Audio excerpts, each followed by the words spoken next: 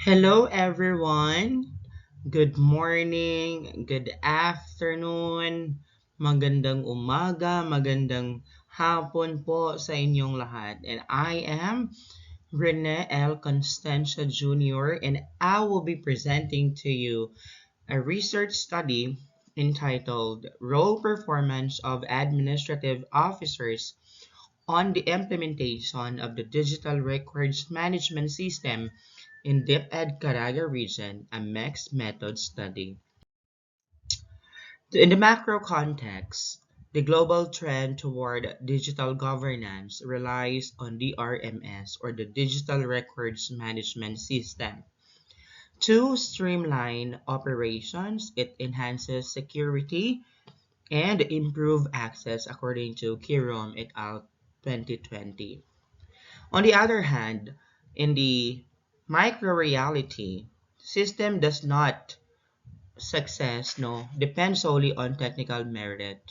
The effectiveness also of the system or of the digital system is fundamentally tied to the proficiency and engagement of the administrative officers.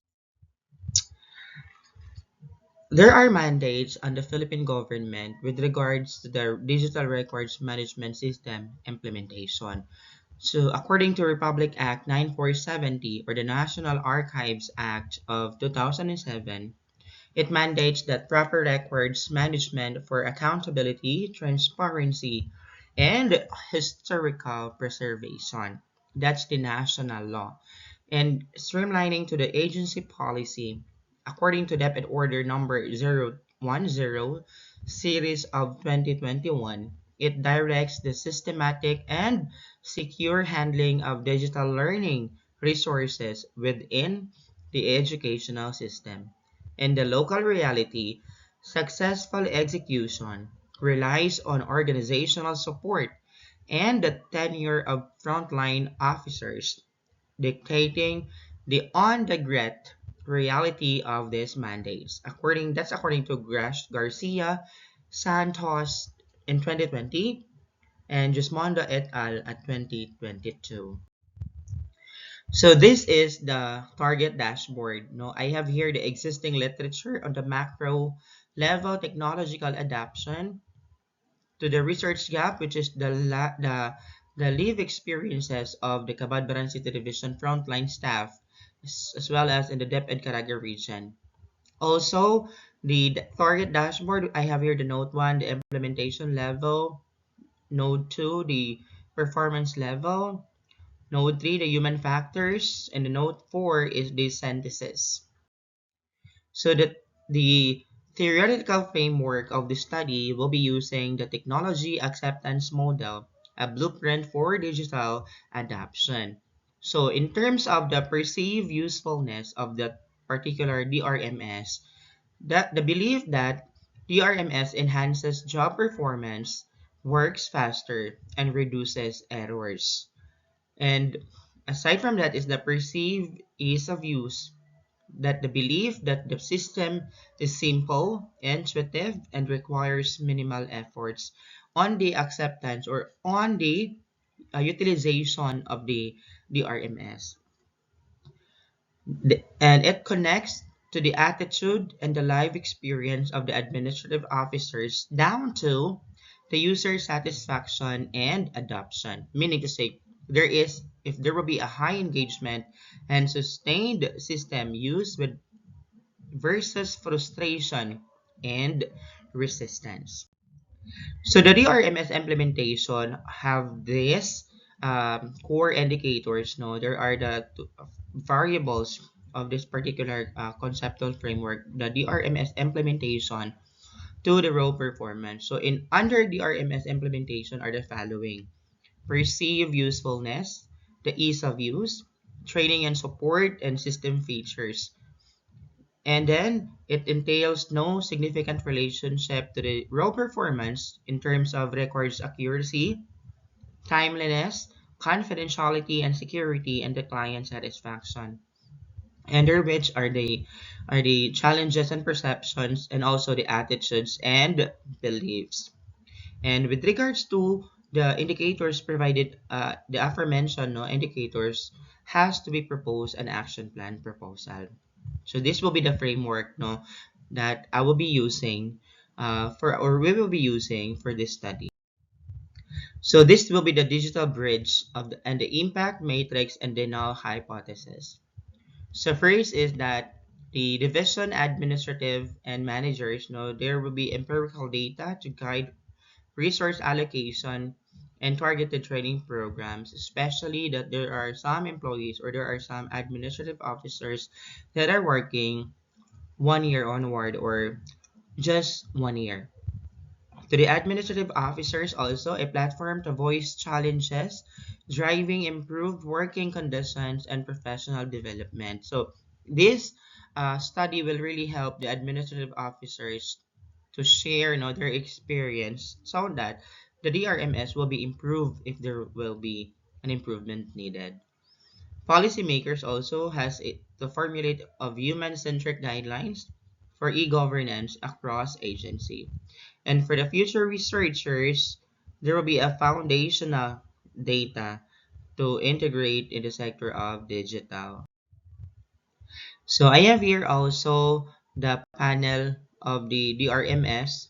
Okay, especially this is anchored to the technology acceptance model and at the same time reflected on the statement of the problem. So the digital records management system, the specific platform for handling electronic records evaluated on features and UI. In the panel 2, accuracy and timeliness, correctness of data, entry retrieval with minimal errors, and the speed of processing records requests. In panel 2, the accuracy and timeliness. Panel, through, panel 3 is the raw performance, and the panel 4 will be the behavioral intention and perceived usefulness. So let's talk about synthesizing technological progression in the digital bridge before and after. So the baseline is the traditional system characterized by slow manual retrieval because you really have to uh, locate physically the documents. You really have to see to it that it has been filed, it has been in the ARC file for you to locate it correctly. On the DRMS leap, no, you only have to streamline organization by requiring highly trained staff to realize efficiency and accountability gains. So meaning to say you only need a person which is quite skilled to have this system work properly. So on the tech radar, there will be cloud computing for remote access, AI for automated digitization and classification, and the blockchain for secure authentication.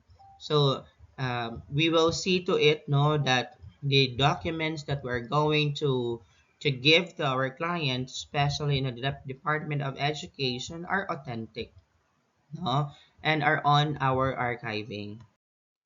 The core concept of this study is to deeply tied to actively maintaining organizational and security and also the accountability. Okay, so the threat mitigation, the robust security measures are required to protect against data breaches in public sector organizations. And as to human accountability, digital systems utilize audit trails, making it more explicit for data integration. So there will be the two-phase research process bridging the what, and that is for quantitative, and the why is for the qualitative. So why do we need to have this mixed method? First is that to understand the level of the implementation. And the next one, the qualitative, is how effective the administrative officers are doing their job based on the implementation of the digital records management system. Okay, excuse me. For the phase one, the quantitative or the quantitative um, phase, there will be a structured surveys, no, measuring the numerical data on role performance, accuracy, and system efficiency. It also provides a broad overview of the performance trend. On the other hand, the phase two will be the qualitative or the answering why. There will be an in-depth, no, semi-structured interviews. Explores the underlying reasons, the lived experiences, and the hidden challenges behind the phase one numbers. So there are questions or there are um on the survey questionnaires, there are questions or there are something that the respondent or participant wanted to share. However, it is not available or it will not be seen on the survey questionnaires. That is why this study will be using a both no a mixed method so that the researcher would get no an accurate information, especially the experiences of the administrative officers with regards on the implementation of the digital records management system. And also it combines statistical breadth with human depth.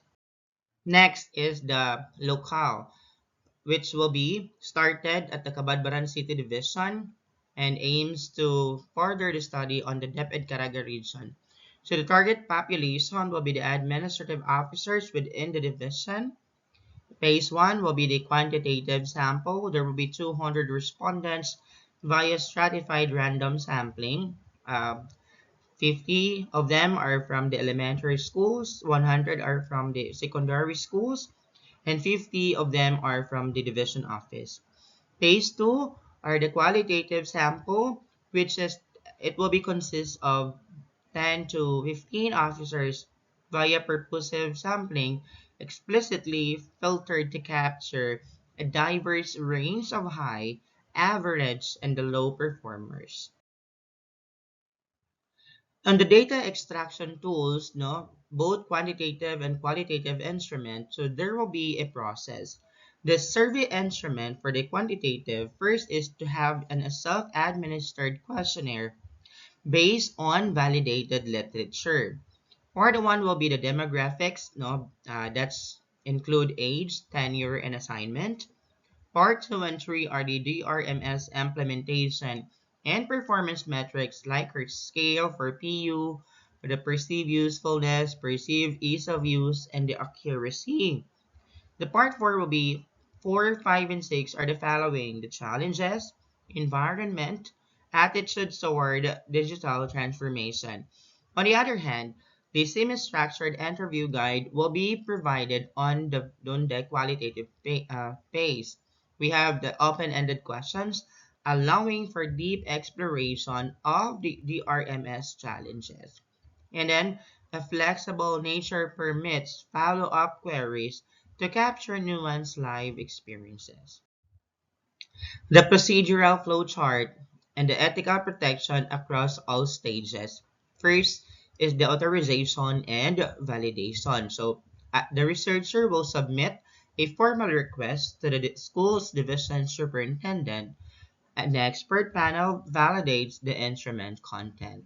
Next will be the pilot testing. Administration to a small non-participant group to ensure clarity and reliability. Next will be the data collection.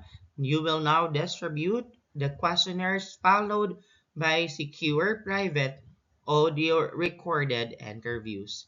And the data protection. It features a locked padlock icon. The statistical machine or the data toolkit for quantitative analysis, we have first the descriptive statistics that will be used on the demographic profile. The t-test and ANOVA will be in the demographic groupings, and the Pearson's correlation coefficient are for the bottom track on the DRMS implementation scores versus the role performance metric.